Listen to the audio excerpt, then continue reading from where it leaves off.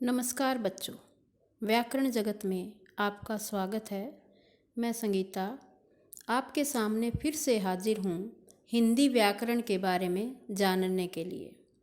और हिंदी व्याकरण में आज हम पढ़ेंगे अव्यय के बारे में। अव्यय क्या होता है?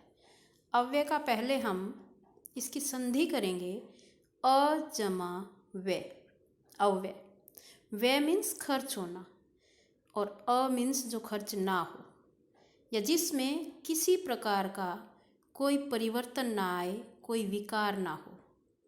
जैसे इसको अविकारी भी कह सकते हैं, जिसमें कोई विकार या परिवर्तन ना आए, वो अव्यय शब्द कहलाते हैं।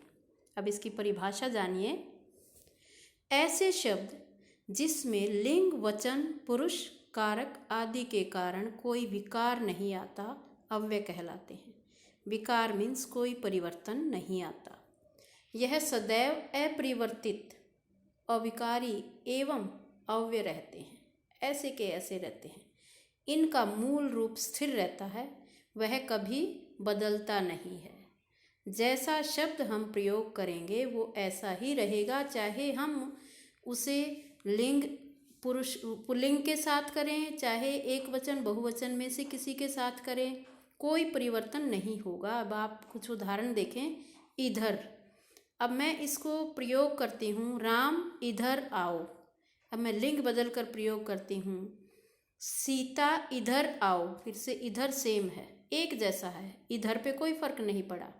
किंतु, क्यों, जब आप इन्हें अपने वाक्य में प्रयोग करके देखेंगे, लिंग, वचन, पुरुष कुछ बदले इसका, लेकिन ये शब्द ऐसे का ऐसे ही रहेगा। अव्यय के भेद। अव्यय के 4 भेद माने जाते हैं: क्रिया विशेषण, संबंध बोधक, समुच्चय बोधक, विस्मयादि बोधक, निपात। मैं जब संज्ञा के भेद या सर्वनाम के भेद, अव्यय के भेद, किसी के भी भेद जब मैं पढ़ती हूँ, आप मुझे सुनते हैं, आप भी उन्हें रिपीट करें, ऐसे ही बोलें, इससे आपका उच्चारण शुद्ध होगा। इसलिए मैं थोड़ा सा रुक के पूरा शब्द बोलती हूँ ताकि आप ध्यान से मात्राओं का ज्ञान लें। क्रिया विशेषण, संबंध बोधक, समुच्चय बोधक, विस्मयादि बोधक, निपात। अब हम जानेंगे इनके भेदों के बारे में। पहला भेद है क्रिया विशेषण। जो शब्द हम विशेषण के बारे में पहले पढ़ चुके हैं, जो विशेषता बताते हैं, संज्ञा या सर्वनाम की विशेषता बताने वाले शब्द विशेषण कहलाते हैं। अब आज हम जानेंगे क्रिया विशेषण। जो शब्द क्रिया की विशेषता बताते हैं उन्हें क्रिया विशेषण कहते हैं। इसमें बहुत सारे बच्चे कंफ्यूज होते हैं कि विशेषण और क्रिया विशेषण में क्या अंतर है। विशेषण संज्ञा और सर्वनाम की विशेषता बताता है, जबकि क्रिया विशेषण क्रिया की विशेषता बताता है। जो शब्द क्रिया की विशेषता बताते हैं उन्हें क्रिया विशेषण कहते हैं। अर्थ के आधार पर क्रिया विशेषण 4 प्रकार के होते हैं। अर्थ के आधार पर स्थानवाचक, जिसमें हमें स्थान का पता चले, यहाँ वहाँ भीतर बाहर। दिशावाचक, जिसमें हमें दिशा का ज्ञान हो, इधर उधर दाएं बाएं दिशा का ज्ञान हो। कालवाचक, जिसमें समय का बोध हो, आज, कल या अभी समय का बोध हो जिसमें। अवधिवाचक, जिसमें एक पूरी अवधि का पता चले। अवधिवाचक, रात भर रहा, दिन भर रहा, आजकल, नित्य, एक अवधि का पता चले। बारंबारता वाचक, बारंबारता वाचक मीन्स हर बार, कई बार, प्रतिदिन, प्रत्येक, ये बारंबारता वाचक। परिमाणवाचक, अब हम करेंगे परिमाणवाचक। ये मैंने विशेषण कराया तब भी आपको बताया था, आज फिर बता रही हूँ। परिणाम और परिमाण में बहुत बड़ा अंतर होता है, इसलिए ध्यान रखें। परिणाम होता है रिजल्ट, नतीजा, जबकि परिमाण होता है नाप तोल, किसी चीज़ का नाप तोल। ये है परिमाणवाचक। अधिकता बोधक, अब ये भी आपके आगे कई प्रकार के होते हैं। तो पहले आप देखें अधिकता बोधक, जो अधिक का ज्ञान कराए, बहुत, खूब, अत्यंत, इस प्रकार के शब्द जो अधिक होने का बोध कराएं। न्यूनता बोधक, न्यून मीन्स कम, जो कम होने का बोध कराएं वो शब्द, जरा, थोड़ा, किंचित, कुछ, जो कम का बोध कराएं। पर्याप्ति बोधक, जो पर्याप्त का बोध कराए कि बस बहुत है, बस, यथेष्ट, काफ़ी, ठीक। तुलना बोधक, जिसमें तुलना की जाए, कम, अधिक, भाई ये उससे कम है, ये उससे ज़्यादा है, इतना चाहिए, उतना चाहिए, ये क्या है? तुलना बोधक। श्रेणी बोधक में आता है बारी बारी, तिल तिल, थोड़ा थोड़ा। और इसके बाद हम आते हैं रीतिवाचक। रीतिवाचक, ऐसे, वैसे, कैसे, धीरे, अचानक, ये सब सारे शब्द क्या हैं? रीतिवाचक हैं। ये ऐसे के ऐसे ही आते हैं, रीतिवाचक। संबंध बोधक, संबंध बोधक में है आपका जो अव्यय किसी संज्ञा के बाद आकर उस संज्ञा का संबंध वाक्य के दूसरे शब्द से दिखाते हैं। फिर से सुनेंगे, जो अव्यय किसी संज्ञा के बाद आकर उस संज्ञा का संबंध वाक्य के दूसरे शब्द से दिखाते हैं, उन्हें संबंध बोधक कहते हैं।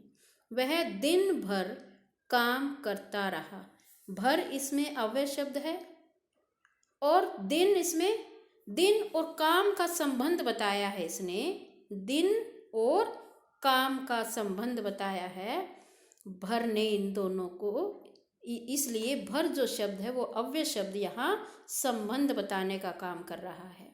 मैं विद्यालय तक गया था, संज्ञा इसमें क्या है? विद्यालय, तक गया था, और पीछे वाले के साथ इसने संबंध किसने बताया? तक, जो अव्यय शब्द है, तक। इसके बाद हम आते हैं संबंध बोधक अव्ययों के कुछ और उदाहरण, कुछ शब्द आप और देख सकते हैं। अपेक्षा, सामान, बाहर, भीतर, इनके वाक्य बनाएंगे, संज्ञा शब्द के बाद लगाएंगे इन्हें, और उसके बाद आप देखेंगे कि इसने संज्ञा का और उसके बाद के शब्द का आपस में संबंध बताया है। आगे चलते हैं। समुच्चय बोधक, दो वाक्यों को परस्पर जोड़ने वाले शब्द समुच्चय बोधक अव्यय कहे जाते हैं। दो वाक्यों को, ध्यान रहे, शब्दों को नहीं, दो वाक्यों को परस्पर जोड़ने वाले शब्द समुच्चय बोधक अव्यय कहे जाते हैं। सूरज निकला और पंछी बोलने लगे। एक वाक्य था आपका सूरज निकला, दूसरा वाक्य था पंछी बोलने लगे, और इन दोनों को जोड़ने का काम, योजक का काम किसने किया? और। यहाँ और समुच्चय बोधक अव्यय है, इसने जोड़ा है इन दोनों वाक्यों को। समुच्चय बोधक अव्यय मूलतः दो प्रकार के होते हैं। ये मूलतः तय के बाद जो लगे हैं इनको विसर्ग बोलते हैं, और ह की आवाज़ आती है, साउंड आती है, मूलतः।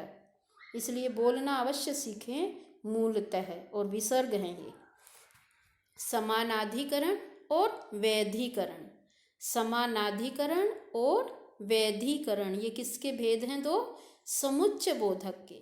समानाधिकरण समुच्चय बोधक के चार उपभेद हैं। अब समानाधिकरण के भी आगे उपभेद हैं, कितने? चार। संयोजक, विभाजक, विरोध दर्शक और परिणाम। संयोजक और एवं से जो जोड़ दिया जाता है, विभाजक जो दो को बीच में अंतर बता दिया जाता है, विभाजक होता है बांट देना, और विरोध एक दूसरे के विरोध में बताया जाता है। जैसे वो राम होशियार है परंतु मेहनत नहीं करता, ये परंतु से जोड़ दिया। विरोध है, होशियार तो है, मेहनत नहीं करता। परिणाम दर्शक, इसलिए, अतः, अतएव, ये सब आपके हैं समानाधिकरण। एक दूसरे में कोई जोड़ने का काम करता है, कोई अलग करने का काम करता है, कोई एक दूसरे का विरोधाभास विरोधाभासक और कोई परिणाम बताता है, उसका रिजल्ट बताता है कि इसने मेहनत नहीं की इसलिए फेल हो गया। वैधीकरण के 4 उपभेद हैं। कौन से 4 उपभेद देखिए? कारणवाचक, उद्देश्यवाचक, संकेतवाचक और स्वरूपवाचक। कारणवाचक, क्योंकि, जो कि, कहते हैं ना कारण, इसका क्या कारण है? क्योंकि। उद्देश्यवाचक, कि, जिस वाक्य में हम की जोड़कर आगे वाक्य दूसरा जोड़ देते हैं, कि। इसके बाद है संकेतवाचक, कहते हैं ना मैं स्कूल नहीं आ सकता क्योंकि मुझे बुखार है, क्योंकि से जोड़ दिया। आपसे निवेदन है कि मुझे छुट्टी दे दी जाए। संकेतवाचक, जो, तो, यदि, तो, यद्यपि, तथापि, ये सब आपके हैं संकेतवाचक वैधीकरण। स्वरूपवाचक, कि, जो, अर्थात, यानी, ये होते हैं स्वरूपवाचक। इसके बाद हम आते हैं, इसके बाद हम इसके चौथे भेद पर आते हैं, विस्मयादि बोधक। इसका चौथा भेद है अव्यय का विस्मयादि बोधक। जिन अव्ययों से हर्ष, शोक, घृणा आदि भाव प्रकट होते हैं, जिनका संबंध वाक्य के किसी दूसरे पद से नहीं होता, उन्हें विस्मयादि बोधक अव्यय कहते हैं। विस्मयादि बोधक, जिसमें विस्मय हो, हैरानी हो, हर्ष हो, शोक हो। हाय वह चल बसा, विस्मय, हैरानी हो गई एकदम से। इस अव्यय के निम्न भेद हैं। अब इसके अलग अलग जो मैंने अभी बोले हैं वो सब इसके अलग अलग भेद हैं। हर्ष बोधक, शोक बोधक, इसके उदाहरण आप देख लेंगे। आश्चर्य बोधक, स्वीकार बोधक, अनुमोदन बोधक, तिरस्कार बोधक, जो अपमान होता है, तिरस्कार।